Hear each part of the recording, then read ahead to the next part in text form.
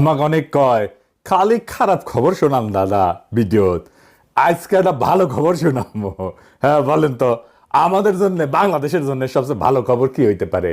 সবচেয়ে ভালো খবর যদি ইন্ডিয়ার মাতব্বরি করার হ্যাডম কমে। তাইলে প্রশ্ন, ইন্ডিয়ার দাদাগিরি করার হ্যাডম কি কমিছে? হ্যাঁ কমিছে, ব্যাপকভাবে কমিছে। আর আপনাদের চোখেও সেটা ধরা পড়বে, আমি এক এক করে ধরে দিব। কয়েক মাসের মধ্যে বুঝতে পারবেন এই জিনিসটা। ব্যান্ড পার্টি বাজান সাহেব, হ্যাঁ ব্যান্ড পার্টি বাজান, একটা আনন্দের সময়। আসেন একে একে দেখে দিই।